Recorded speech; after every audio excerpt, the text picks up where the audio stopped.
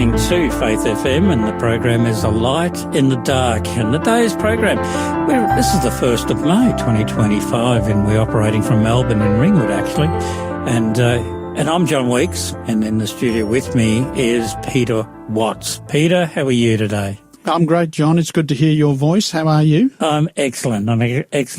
And we're going to talk. Well, we've got a topic, but before we do, we're going to find out what you've been doing over the last 2 weeks. Been pretty busy. Obviously, we had Easter, and I'm sure a lot of people were getting together with family and friends and spending some time. Hopefully, people got a bit of a break over the Easter period. I was involved in a big church camp and got to speak at that camp briefly on a couple of subjects about the importance of small groups, and also talk a little bit about Faith FM and what we do here. And then, of course, last week as well, we had Anzac Day, and like many others, I attended a dawn service.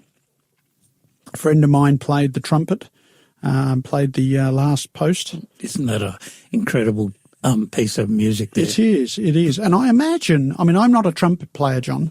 I'm not a bugle blower, but I imagine it's quite a challenging piece to play, especially when you've got, I was at Millgrove, which is in the Yarra Valley, only a small town, but there was about 1,000 people there, I reckon. And when you're playing at 6 a.m. in the morning to 1,000 people, I imagine it's not the easiest piece to play. But he did a great job, and it was, very enjoyable to be there, to participate. And, that's what I've been up to in the last few days. And I've been very similar too. I went to the Upwey Belgrave RSL, the morning service, and I was connected to another radio station where we did a live broadcast for 3 hours. So that was an interesting one as well, and a good response from the public to this event. But today we're going to explore a topic, and the topic is As the World Mourns and Marvels. And I'm going to let you run with this. Yeah, okay. But it's going to be a fascinating topic. Well, yeah. So obviously over the past week or more, the world has been captivated by a funeral, essentially, or the lead up to a funeral, the funeral of George Mario Bergoglio. And I'm sure that I've massacred the name there, but that was his original name, better known to the world, obviously, as Pope Francis. And the death of Pope Francis and the lead up to the funeral and the planning of the funeral and then the broadcast of the funeral obviously drew the attention of the world. And I've called today's program As the World Mourns and Marvels. For many in Australia, we often say that Australia is a secular country, and perhaps there are, some people who aren't particularly paying much attention to what happens at the Vatican, what the Pope might be doing from 1 month to the next, all of those kinds of things. And obviously even they would have had their attention drawn to this because it was literally everywhere. But I sort of wrote a bit of an introduction, which I will read here, John.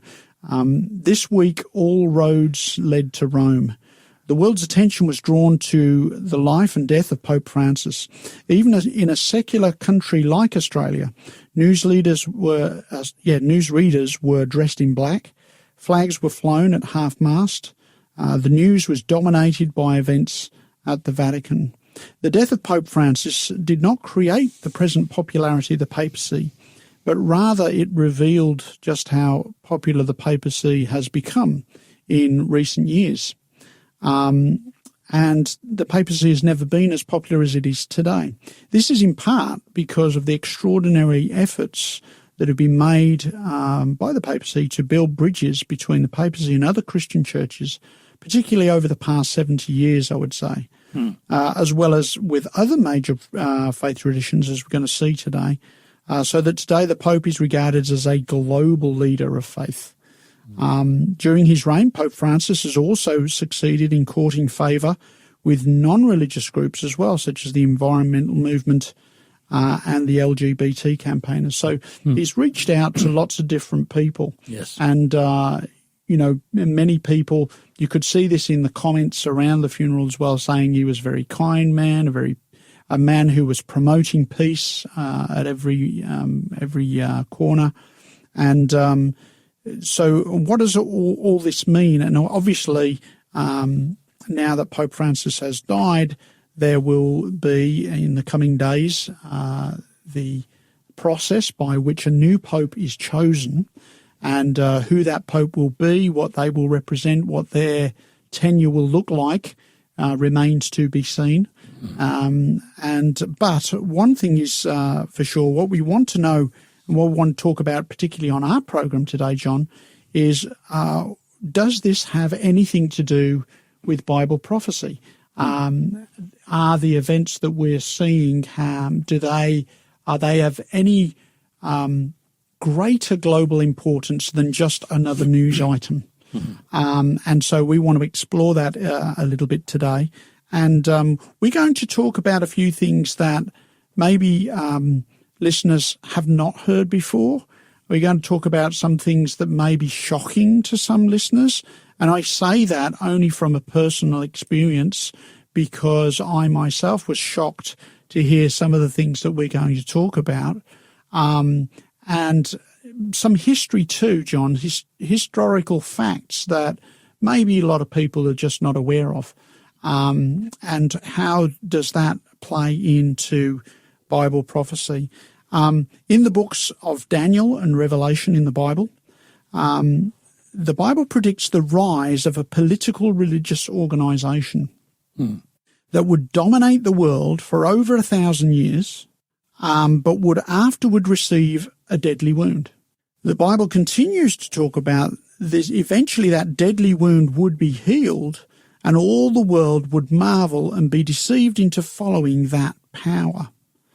Now, we want to explore who is that power, how has that power been perceived in the past, how have other Christian leaders, not only Christian leaders, but leaders of Christian denominations. We're talking about obviously, when we're talking about the death of Pope Francis, we're talking about the head of the Catholic Church. But if we think about the Anglican Church, where did that come from? If we talk about the Lutheran Church, where did that come from? Where did the Baptist Church come from? Where did the Methodist Church come from?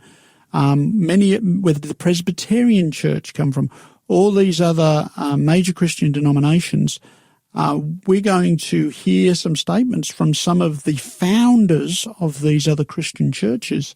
And again, they might be quite shocking to hear, because they're going to have some things to say about this power and its historical and prophetic significance.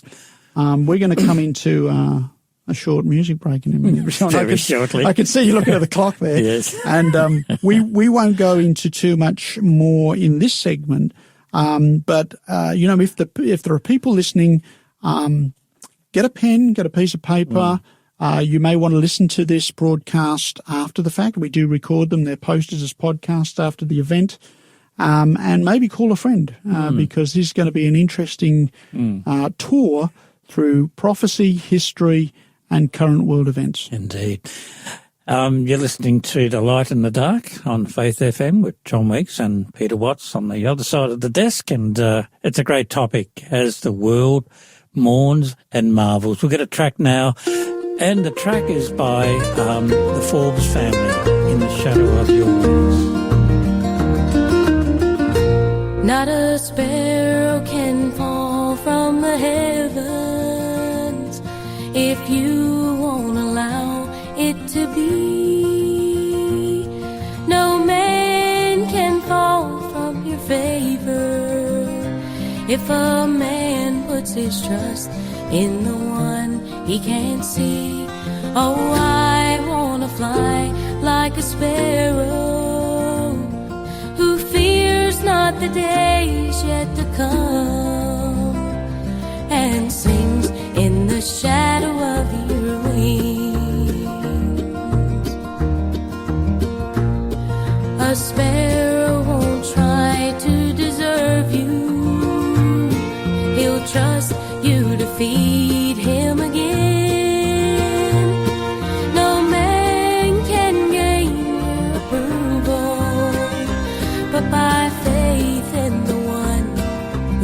washed away my sins. Oh, I wanna fly like a sparrow who fears not the wrath from your hand. He sings in the shadow of your wings. I wanna walk in the shadow of your wings. I wanna know you know what is best. And when troubles come, I'll be singing still. Let me rest in the shadow of your wings.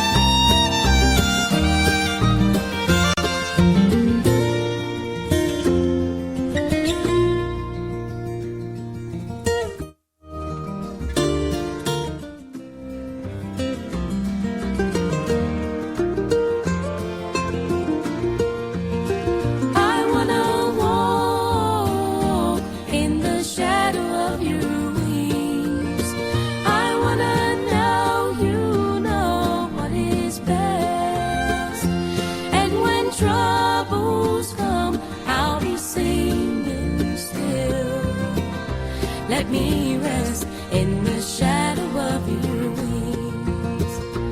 And when troubles come, I'll be singing still.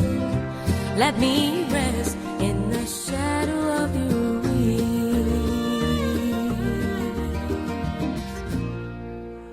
Good track there by the Forbes family, and the track is called In the Shadow of Your Wings. You're listening to Light in the Dark on Faith FM with John Weeks and Peter Watts over there on the other side of me. And just want to mention our text line if you want to send a text message while we're doing the program. You may have a question. You may want to basically give us some feedback or comment about what has been discussed today's program. The text number is 0488 880 831. Let me repeat that. 0488 880 831. Love to get your messages. Peter. All right. Okay. So we were talking briefly about the impact of the funeral of Pope Francis last Saturday. I think it was last Saturday morning in Rome there, and I think many people would have watched the coverage on Saturday night here in Australia. And 50 heads of state were present, representing 130 countries, were present for the funeral, including, Prince William was there on behalf of his father, King Charles. Keir Starmer, British Prime Minister, was there. The French Prime Minister was there. There was obviously Donald Trump was there. Zelensky was there. Biden was there. Australia's Governor-General was there. So, lots of major, this was a major international event. Even the President of France. Correct. Yep. And I just wanted to go back, and what we're going to do today is we're going to go back in time. We're going to look at some of the history of this power, the papacy. We're going to look at some of the statements that have been made in the past. And we're just going to go back 20 years for the time being to 2005. So in 2005, Pope John Paul II died. Now, if we look at just the last three popes, Pope Francis, obviously, has recently passed away. Before him, there was Pope Benedict XVI. And before him, there was Pope John Paul II. Pope John Paul II was ruling and reigning for 25 years in that position as Pope. Yeah, I think he started in 1978. Was it 78? I thought it was 98. At least 25 years.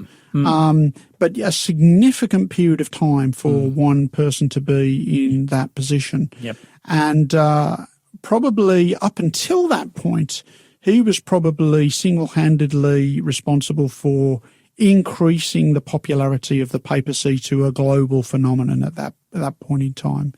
So He died, and I just want to read, this is the Daily Telegraph, which was a Sydney paper, Sydney newspaper at the time, 8th of April 2005. The Pope has died. They're preparing for the funeral, and I just want to read you what it said on the front page of the Daily Telegraph on the 8th of April 2005 about the death of Pope John Paul II. The headline was "Power and Passion of a Moment in History." Okay. It says, after a week of extraordinary scenes, this moment on the eve of the Pope's funeral was one for the history books.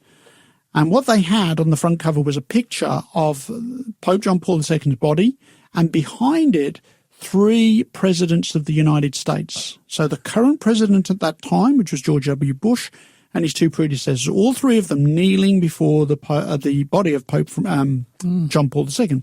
So it says here, after a week of extraordinary scenes, this moment on the evening of the Pope's funeral was one for the history books. Until now, no US president has ever attended a papal funeral. Yesterday, 3 of them knelt before Pope John Paul II's body. George W. Bush and his 2 predecessors, Bill Clinton and George Bush Sr. Joining this trio of presidential Protestants was the world's most powerful woman, Condoleezza Rice, and First Lady Laura Bush. Now, what's interesting about this news article from 20 years ago is the fact that the writers understood the historical significance in recognising that no US president ever attended a papal funeral before. Why is that? I mean, why was that? It's a good question. It's a good question. You mentioned that you thought that he might have come to power around 78. I knew it was around somewhere around 1980, and you're probably right. It was probably a little before. But the point is, the relations between the US and the Vatican had not been as strong as they are now back then. And why is that? One of the things in this quote, it says, this trio of presidential Protestants. And what does that mean? What is a Protestant? Ultimately, John, a Protestant was someone who protested against the unbiblical beliefs and practices of the Roman Catholic Church. That was the idea behind Protestantism. And so if people have heard of Catholics and Protestants, Protestants is somebody who protests against the unbiblical nature of the beliefs and practices of the Roman Catholic Church. Now, before I go into any more of this, I want to express something that I think is really important. This isn't a comment on Pope Francis as an individual, because he was an individual man. Many said that he's quite a pleasant man to be around, a cheerful man, that, he was very gracious and so forth. So we're not talking about him as an individual. We're not talking about Catholic people. There are many wonderful Catholic people.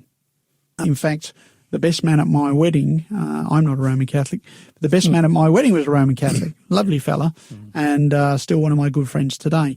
And so we're not talking about Roman Catholic people. There are many godly, sincere Roman Catholic people who love God, they love the Bible, and they are serving God in any way they can. And so this is very important to understand when we're talking about this system. However, Protestants of the past had identified some glaring inconsistencies between what the church was practicing in those days and what the Bible taught. And so that's why you find you have the emergence of Protestants. And so I want to take us back in time.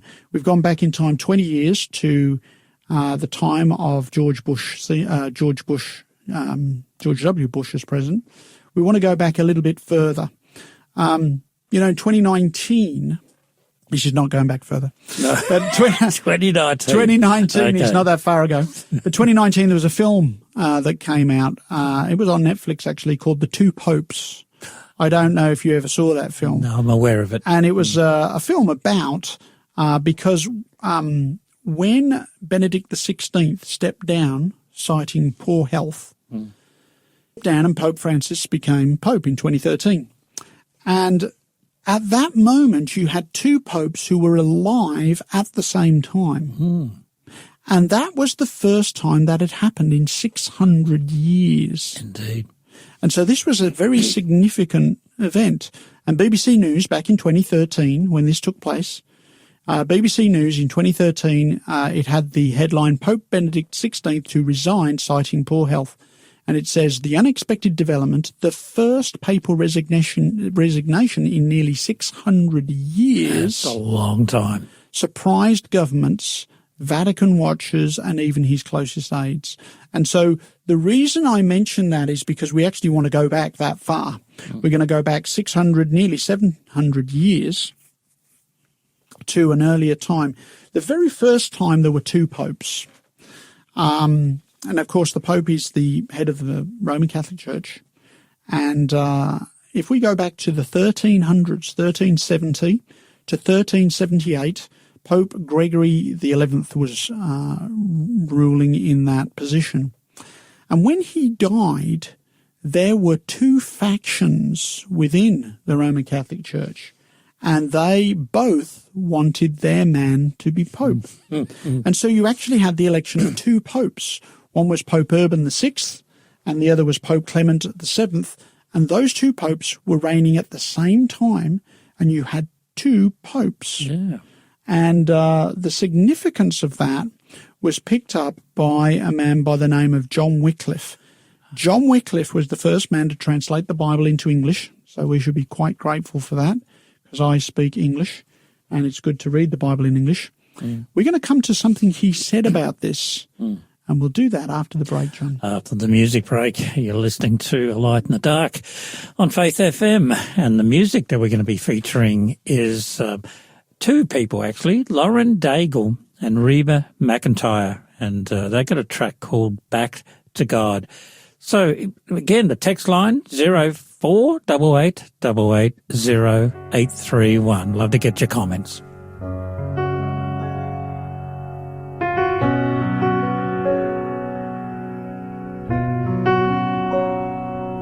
Have you looked around? Have you heard the sound of mamas crying? Or do you turn away when you see the face of the innocent dying? In these darkest days, are you not afraid that it's too late? You gotta get down on your knees, believe, fold your hands and beg and plead. Gotta keep on praying. You gotta cry, rain, tears of pain, pound the floor and scream his name, 'cause we're still worth saving.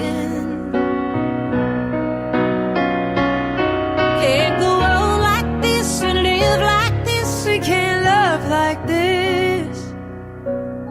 We gotta give this world back to God.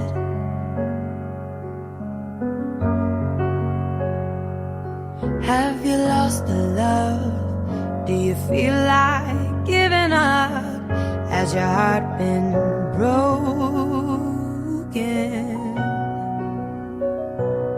Are your kids okay? Will they come home safe? Do you lie there hoping? You can make a wish, You can knock on wood. oh, it won't do no good. You gotta get down on your knees, believe, fold your hands and beg and plead. Gotta keep on praying. You gotta cry, rain, tears of pain, pound the floor and scream his name, 'cause we're still worth saving. Can't go on like this and live like this. We can't love like this. We gotta give this world back to God.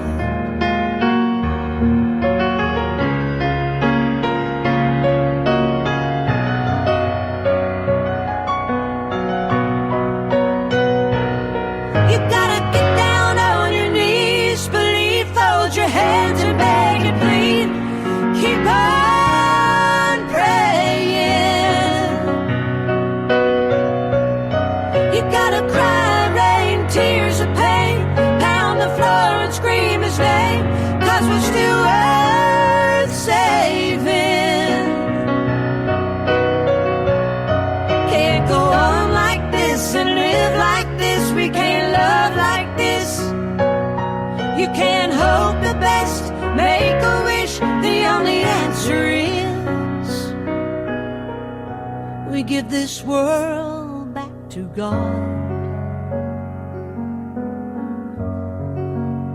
Oh, give it back. Oh, give it back. Give it back to God. Gotta keep on praying. Oh, it's still worth saving. We can't love like this anymore. Give it back to God.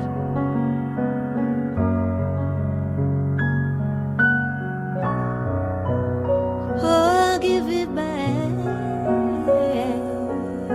to God.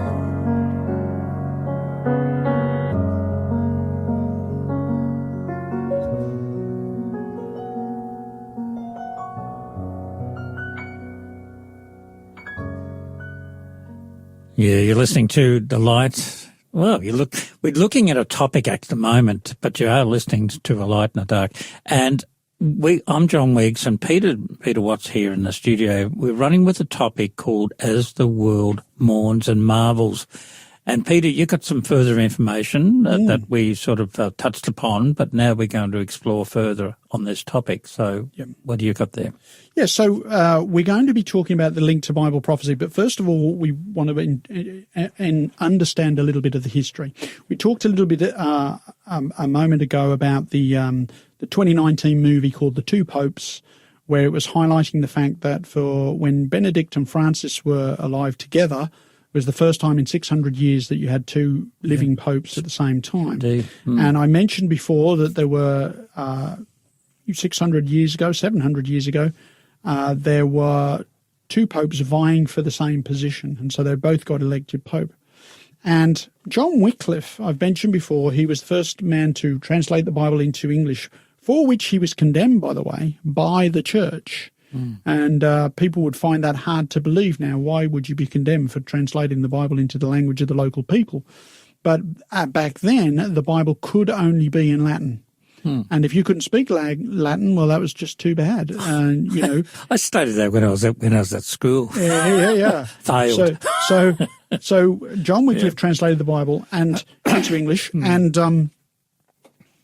I want to read this quote from Arvaughan, Life and Opinions of John Wycliffe. It says, in a tract which he published on the schism of the popes, that's the division of the popes. You've got two popes back in the 1300s who were both wanting to occupy that role.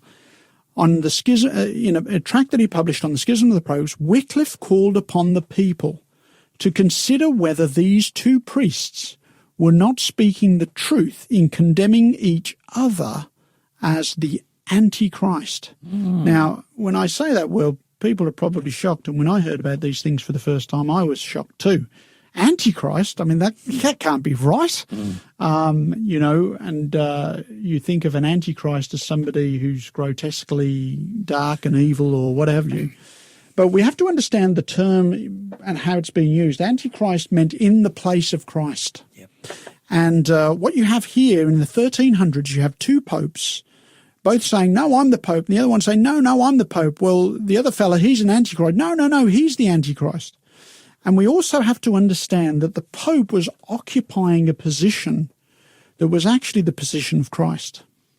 In other words, through the centuries, the church had changed from what it was at the time of Jesus to become an organization that placed itself, if you like, it inserted itself between people and God.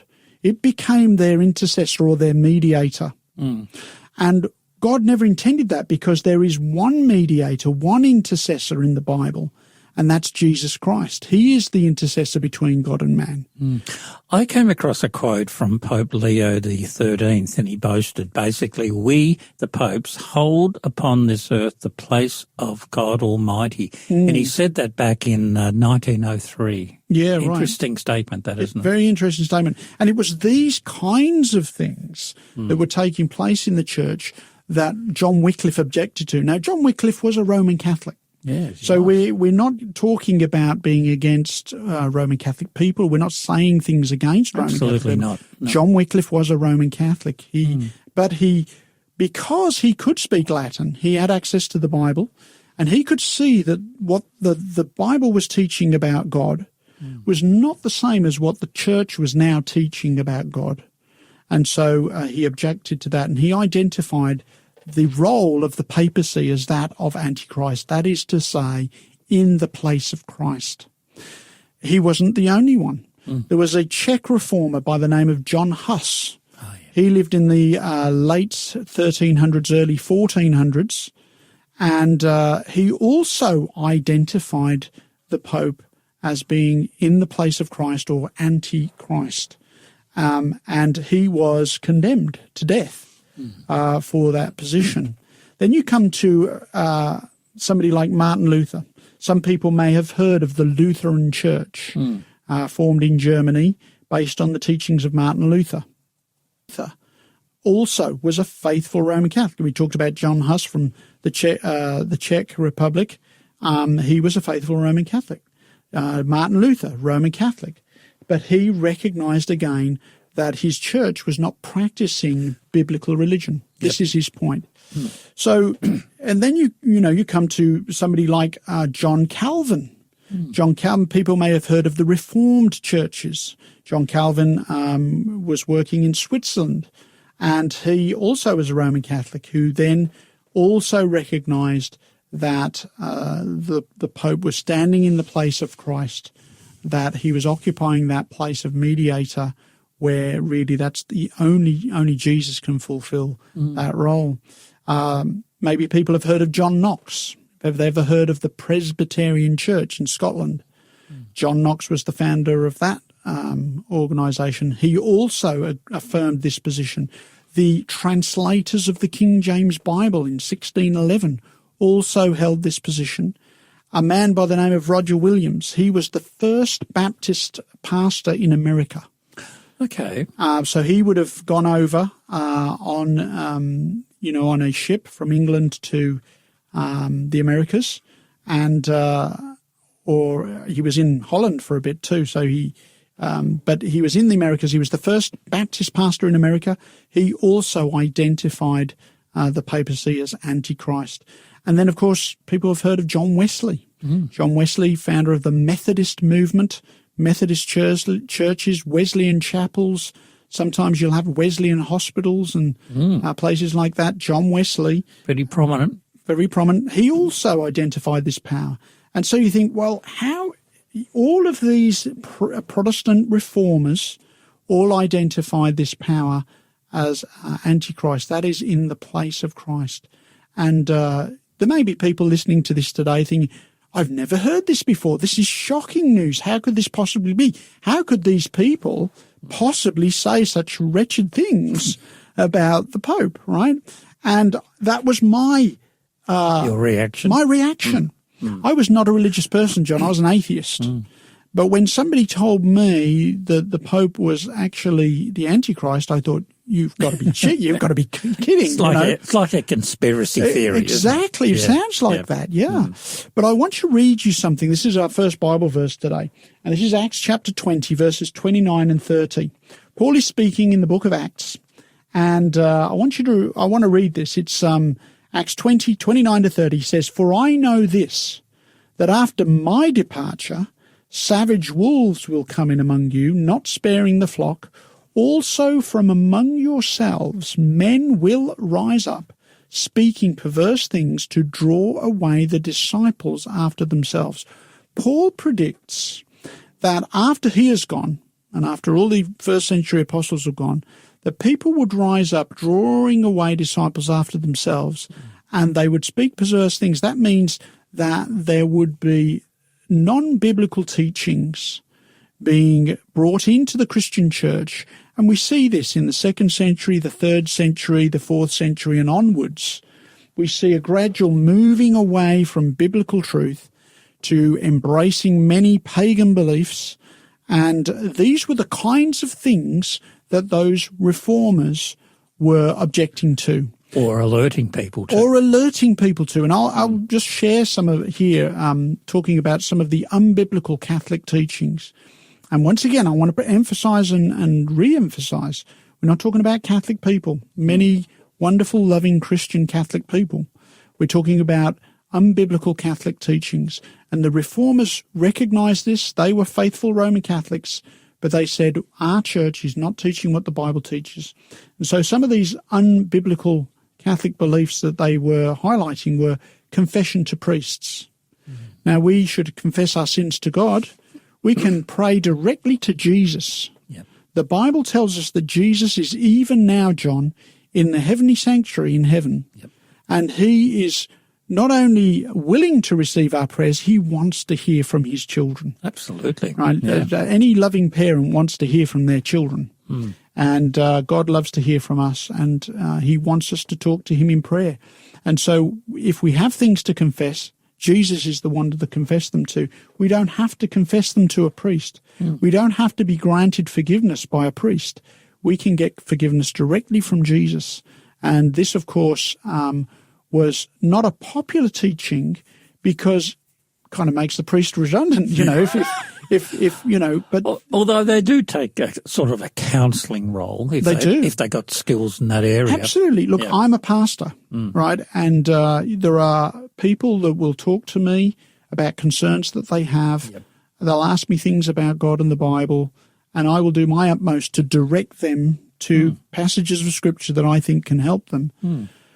But I can't give forgiveness to a person. No. Only God can. Absolutely. And that is why the idea of confession to a priest became important. And so this was one of the things they highlighted. Prayers to Mary and the saints. People would be encouraged to pray to Mary and the saints. Well, there's nothing in the Bible that tells us we should pray to Mary. There's nothing in the Bible says we should pray to saints. In fact, the Bible teaches that we are mortal, John. That means when we die, we go to our rest until the resurrection at the second coming of Jesus. And so the saints are sleeping in their graves. Mary is sleeping in the grave. She is not in the kingdom of heaven as yet, but she will be when she's resurrected at the end of time. But the point is prayers to Mary and the saints rather than praying to Jesus, which is what we're encouraged to do. The idea of purgatory. The idea of indulgences, infant baptism, grace through the sacraments, Sunday sacredness, the immortality of the soul, all of these were unbiblical Catholic teachings that didn't come out of the Bible, but rather came into the church from outside the church. These were beliefs that were influenced heavily by pagan beliefs, and these were some of the things that these reformers were objecting to. And so that's why we have Protestant churches. It's why we have the Lutheran Church. It's why we have the Anglican Church. It's why we have the Presbyterian Church, the Baptist Church, the Methodist Church. Those churches arose because Christian reformers moved away from the teachings and practices of the Roman Church and said, we want to follow the Bible. And it was called the Protestant Reformation. And many people, I think, today, John, have forgotten that history. And I'm raising it today because of that fact. But then we're going to ask, as we come back in our next segment, well, if that was the case, how did the papacy regain its popularity? We're going to talk a little bit about that when we come back. Indeed. We're going to have another music break. And the artist is by the name of Morrow, and the track is called Give Me a Heart. And don't forget the text line. The text line 0488 880 831 if you've got any questions or feedback or comment.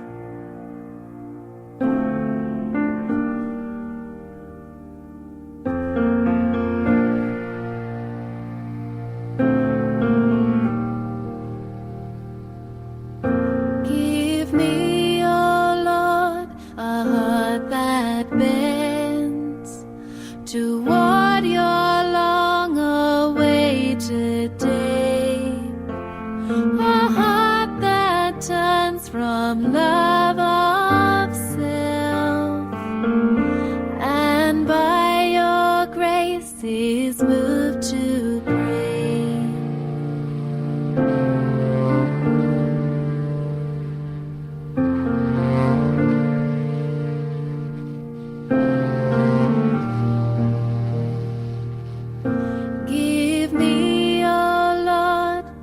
heart that seeks to know your pleasure, hear your praise, that counts as not the praise of man, but longs to one day see your face.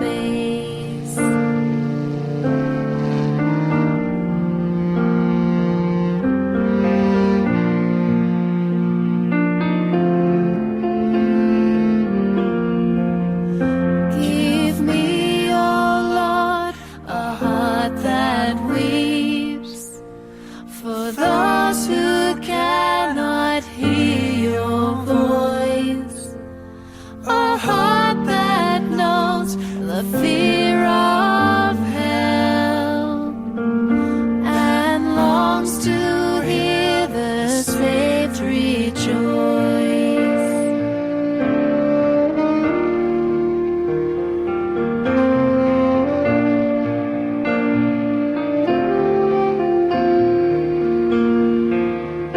Give me, O Lord, a heart that sings with every breath it breathes anew, a heart that cannot help itself,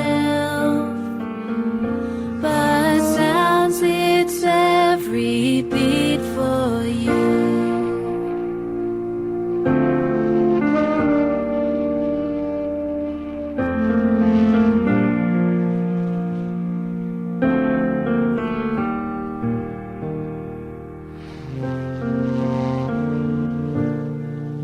Good sound there. That's Morrow with a track called Give Me a Heart. You're listening to A Light in the Dark on Faith FM. I'm John Weeks, and Peter Watts is continuing with the topic as the world mourns and marvels. Peter.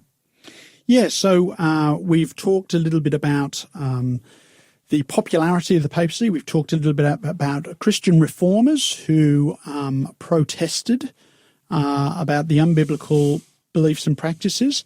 And much of the time they were referring to a passage. We're going to go to Revelation 13, and a passage we find there, Revelation 13, 1-3, where this religious political power is seen rising up. It is pictured as a beast or an animal, and this is simply because in the Bible, as in common times, sometimes identify animals with different countries. So, for instance, if the Wallabies are playing the Springboks, we know that it's Australia versus South Africa, right? Because we use those animals to depict those different nations. And I think Russia has the bear. The bear, and America, the eagle, and all that. Great Britain, the Very lion, and symbolic. so very symbolic. Yeah. So, just read verses 1-3 of Revelation 13, John. Okay, this is from the New King James Version. Verse 1, Then stood on the sand of the sea, and I saw a beast rising up out of the sea, having 7 heads and 10 horns, and on his horns 10 crowns, and on his heads a blasphemous name. Now the beast which I saw was like a leopard. His feet were like the feet of a bear, and his mouth like the mouth of a lion. The dragon gave him his power, his throne, and a great authority. And I saw one of his heads as it had been mortally wounded, and his deadly wound was healed. And all the world marvelled and followed the beast. Thank you, John. I just want to focus on this verse 3 here, that one of his heads had been mortally wounded and the deadly wound was healed. And then all the world marvelled and followed the beast. And it's one of the reasons why we chose the title for today as The World Mourns and Marvels. So, yes, we are mourning the loss of an individual, but it's also the world is marvelling after this particular power. And the reformers, many of the Protestant reformers, identified this religious political power as the papal power. And like I said, when it talks about it being a beast, Revelation chapter 7 reveals to us that a beast represents a kingdom, a political power, a nation. That's what they represent, just as we mentioned before. Yep. And by the way, if you want some background on this, we did a series on Faith FM called Daniel and the God of Wisdom, and people could nip back and have a listen to that, particularly Daniel chapter 7, for some background on this. But many of the reformers identified this power as this first beast. The mortal wound that it talks about was received in 1798. Yes. When Napoleon's General Berthier went into Rome, took the Pope captive, and we actually have an historical statement here. This is the Encyclopedia Americana, 1841 edition. It says in 1798, he, that's Berthier, made his entrance into Rome, abolished the papal government, and established a secular one. This was the papacy, if you like, receiving a deadly wound as a political organisation. But since that time, that deadly wound has started to be healed. And we could see this in 1929. There was an agreement made between Mussolini and the Pope in granting certain land back to the papacy in 1929. And I just want to read you this. This is from the San Francisco Chronicle on the 11th of February 1929. Reporting on this story, it says Mussolini and Gaspari sign historic Roman pact. That's the headline. It says the Roman question tonight was a thing of the past, and the Vatican was at peace with Italy. In affixing the autographs to the memorable document, healing the wound, extreme cordiality was displayed on both sides. And so it even uses those terms, healing the wound. Through the years, the popularity of the papacy grew until you come to the 1980s, where you have Ronald Reagan meeting twice with Pope John Paul II in 1982. And we actually know what they were talking about in those meetings because later, 10 years later, Time magazine comes out with a cover called Holy Alliance, revealing how these two powers conspired together to advance the bringing down of communism. And, of course, by the end of the 1980s, they succeeded. Communist Russia collapsed. The eastern states of Europe that were aligned with communism fell in those countries too. And all of this was a part of a plan that Reagan and the Pope hatched together. Ronald Reagan actually was the first to send an ambassador to the Vatican from the US. Oh, okay. So the United States, as with Australia, we send ambassadors to different countries and we receive ambassadors from different countries. Well, why would you ever send an ambassador to a church? The US did not recognize the Vatican as a sovereign state until they started to soften in their relation to the Vatican. And it was Ronald Reagan who appointed the first ambassador to the Vatican and receive an ambassador from the Vatican to the United States.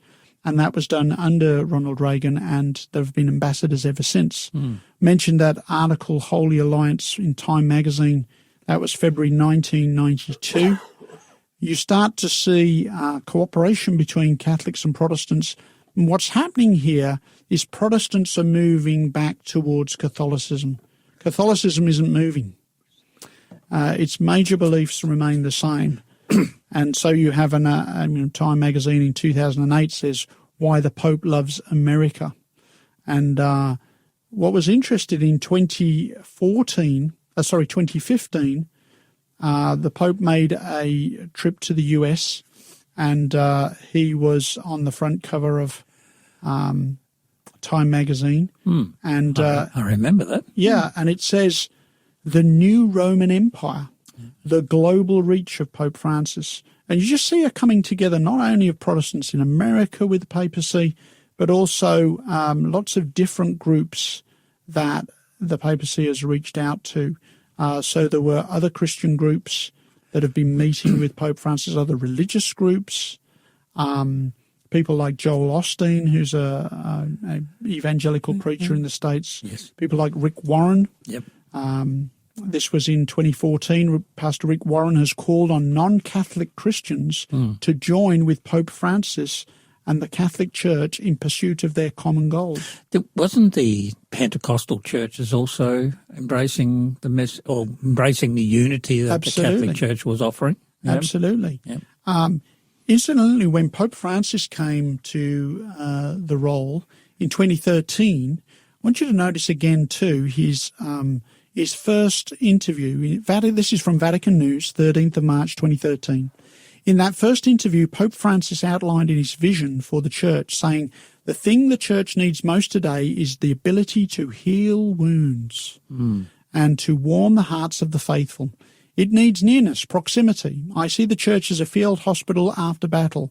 It is usually useless to ask a seriously injured person if he has high cholesterol and about his level of his blood sugars. You have to heal his wounds. Then we can talk about everything else. Heal the wounds, and you have to start from the ground up." So this language of healing the wounds, we find it in the Bible there, Revelation 13:3, and this is what is happening. And as I mentioned before, it is interesting, in the end of verse 3 there, it says, "And all the world marvelled and followed the beast." It does not say all the Catholic world. It does not say all the Christian world. It doesn't say all the religious world. It says all the world. And so you have bridges being built between Catholicism and not only other religious organisations, but also secular ones as well. So, for instance, in 2013, it was famously quoted where Pope Francis was asked about a gay bishop, I think, and he says, "Who am I to judge?" Yeah. And he was on the front cover of the Advocate magazine, which is the LGBT magazine in the US. Person of the Year, 2013, Pope Francis. I think that's the first time they've ever had a pope on the front of that magazine. I remember the Catholic Church with their unity program, if you want to call it that. They call it the unity of diversity. And that's just not, of other religions, but other lifestyles, other ways of looking at leading your life, like in addressing the issues of climate change. So it's a broad brush. It is. But here's the thing. Yeah. We want to be clear here. Yep. God loves everybody. Indeed. Right? God loves everybody. But he's also calling us out of darkness into light. That's why we call this show A Light in the Dark. He is calling us out of darkness into his marvellous light. Indeed. And what's interesting is the popularity of the papacy amongst, as we've said, not only religious groups but other groups too. Rolling Stone magazine, which deals with pop culture, 2014, they had Pope Francis on the front. The times they are a-changing, which is a reflection of Bob Dylan's That's song. right, yeah. But, again, Rolling Stone magazine, I don't know how many times they've had the Pope on the cover of their magazine. A few times. And so it's just interesting to note, and you can see many pictures of Pope Francis with other religious leaders, Jewish leaders, Muslim leaders, Orthodox leaders. He was pictured with a group of leaders against slavery, and they all came and had their picture taken with him at the Vatican.